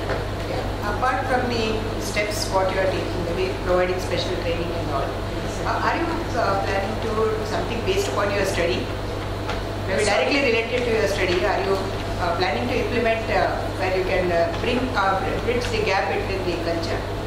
Obviously yes, because this is just a study. So obviously like if I progress, if I try to really like detail out my paper, obviously at the end of the day I'd like to do that, because the implementation factor is also important.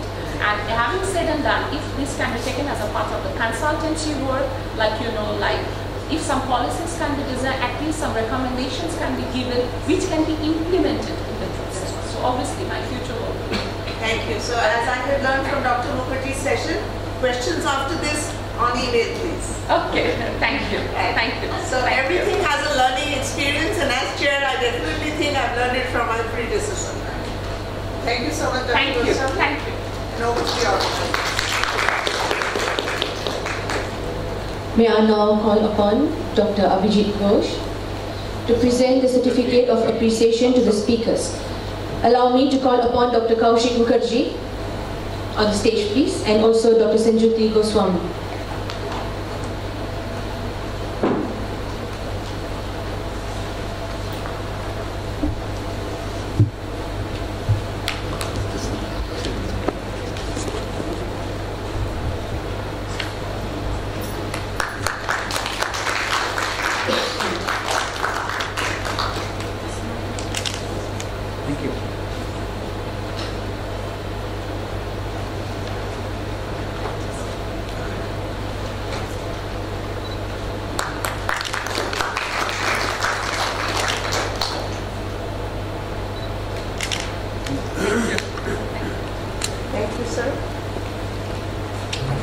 Thank you. May I call upon Dr. V.G. Chari to present the certificate and memento to the chairperson, Dr. Saleh Muhammad Nisari, and Professor Dr. Sharmista Banerjee.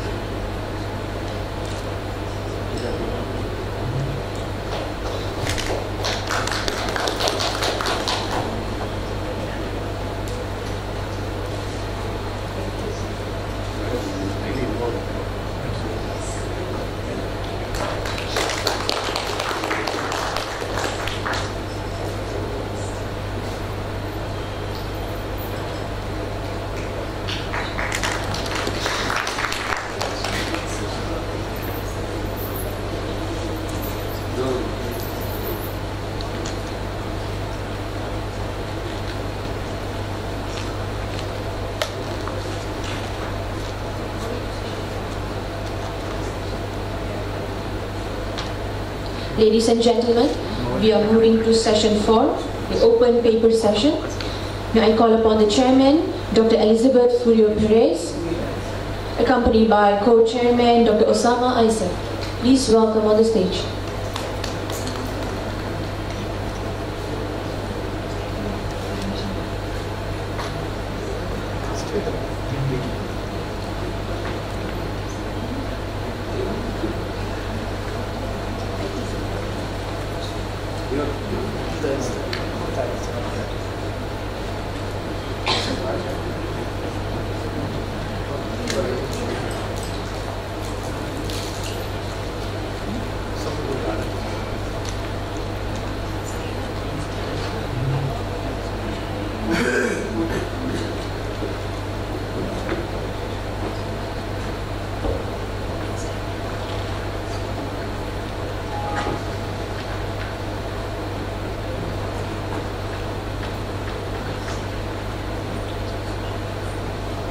Dr. Elizabeth is from Myanmar and Dr. Osama is our faculty member in Delhi Chemistry College.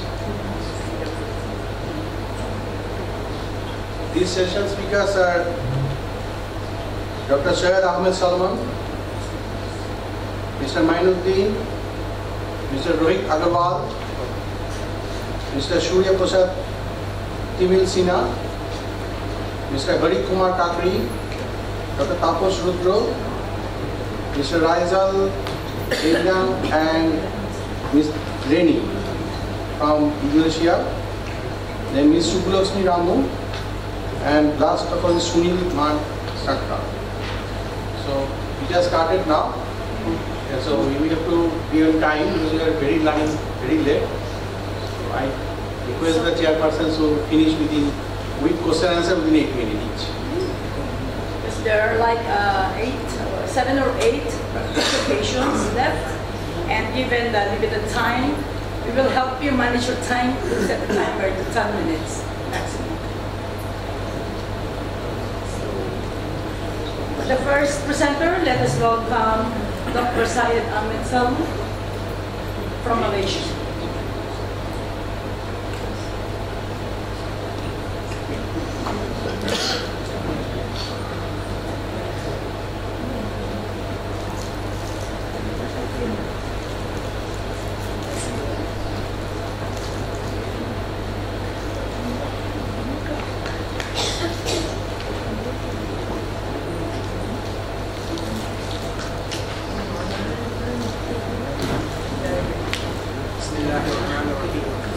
Assalamu alaikum and very good afternoon to everyone. Today's topic is Indian Takaful market, opportunities and threats explored by insurance operators. This is my presentation outline.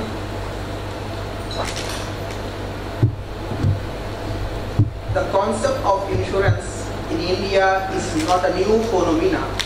It can be traced back to 1818 with the establishment of Oriental Life Insurance Company, followed by Mumbai Mutual in 1823 and the Madras Life Equitable Society in 1829. The British insurance was introduced in 1870, which led to the establishment of 3 insurance companies in Mumbai, namely Mumbai Mutual in 1871, Oriental in 1874, and the Empire of India in 1879. However, there were a large number of insurance companies were existing and the competition was very high.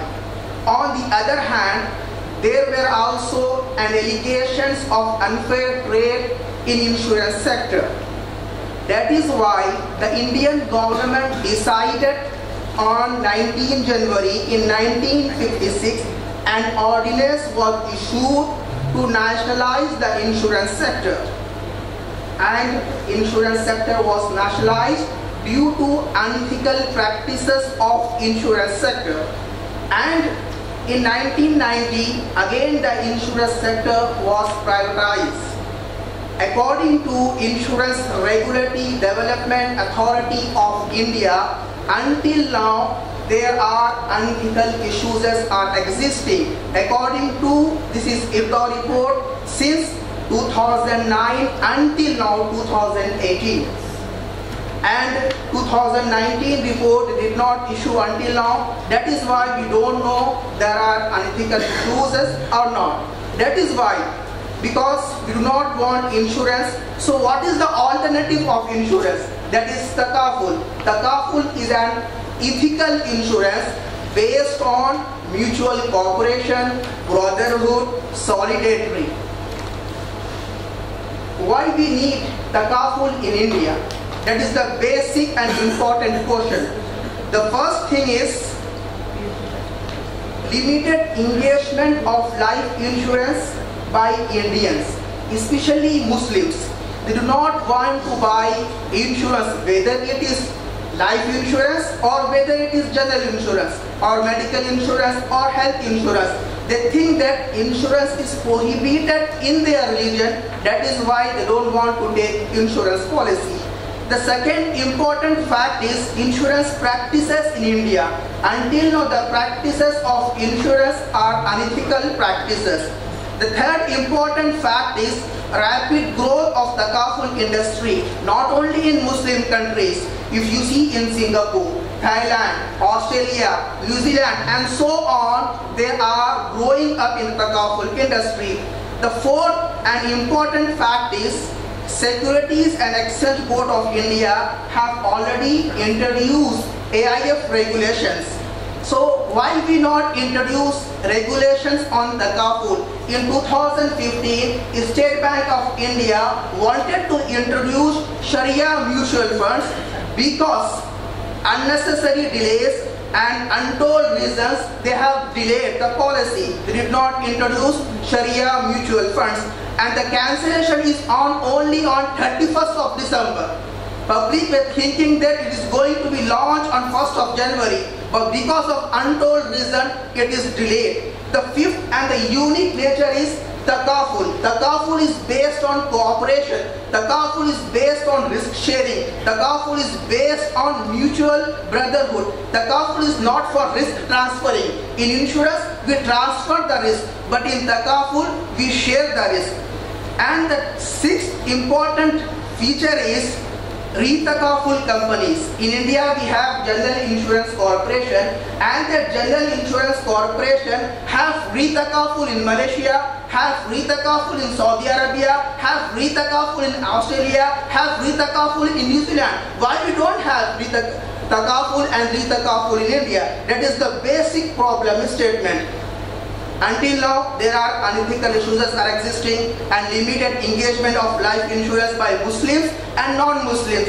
And the important fact is, in Saudi Arabia, there is a Takaful company who established by Life Insurance Corporation. The name is Saudi Indian Company for Cooperative Insurance. That is also Takaful existing in Saudi Arabia. Why we not establish Takaful in India?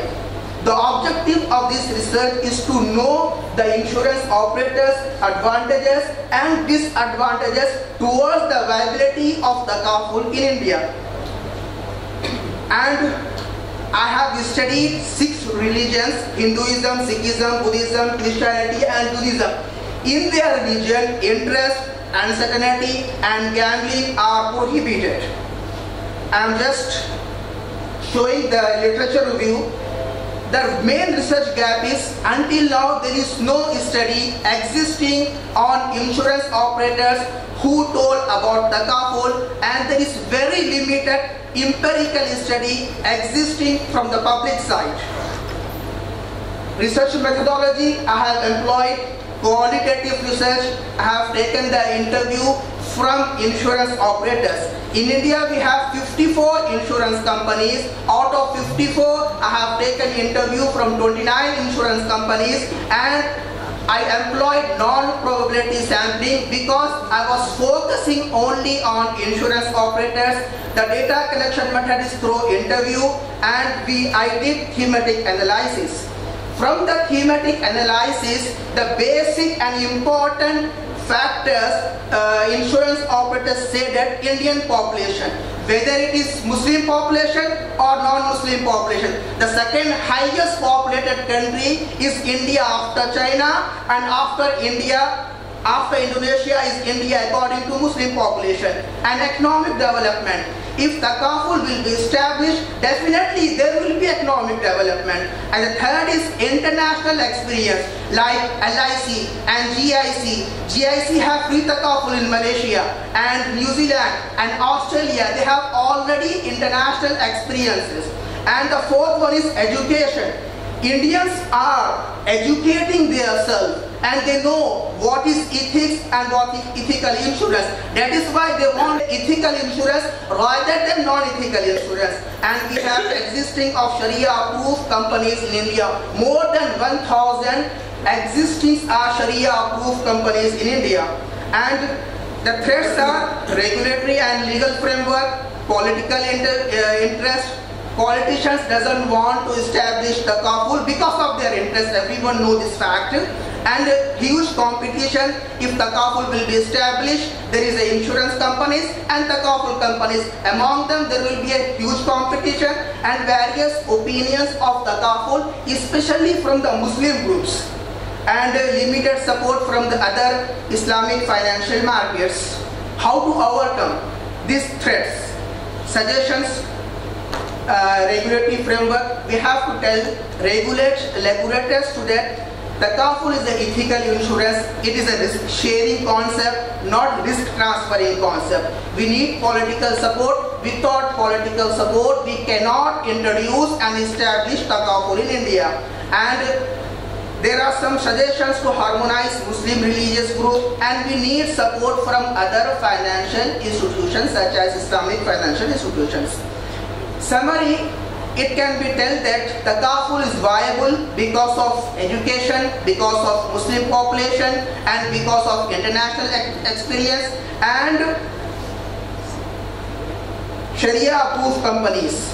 The thing is, there is no research which examines the opinions of insurance operators related to Takaful in India. The findings of this research have a significant contribution to the existing literature and academicians. This is all. Thank you very much. Any questions? Okay, thank you very much, Dr. Syed. This is really a very good presentation and an additional information for me. I just have one question.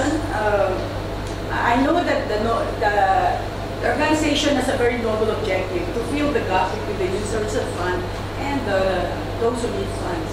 But did you consider the sustainability measures in this kind of? We did not measure the sustainability, just measure the viability of the company. Yes, just viability. I have just one other question. Yes. The population for stock. My population is of 29 insurance companies. We have 54 insurance companies. I approach to all insurance companies. Insurance companies are in Mumbai, New Delhi, and they have approved only 29 insurance companies. So I have interviewed all the 29 insurance companies, and normally we have.